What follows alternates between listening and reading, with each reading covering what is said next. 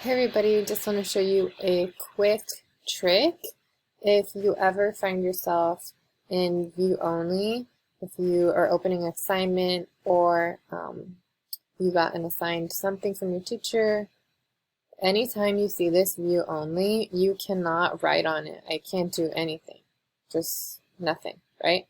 So if I want to make my own one of these, like my own copy and be able to edit, what I have to do is click File, go to Make a Copy, and click Entire Presentation. And then it's going to say Copy of, that's okay, or you can delete it, change it. And then you can change the location in your drive to where you want it to go. So I like to keep my things organized. So I like to put it in the right school year. And this is going to be for my advisory class, so I'm just going to put it there. And I click OK.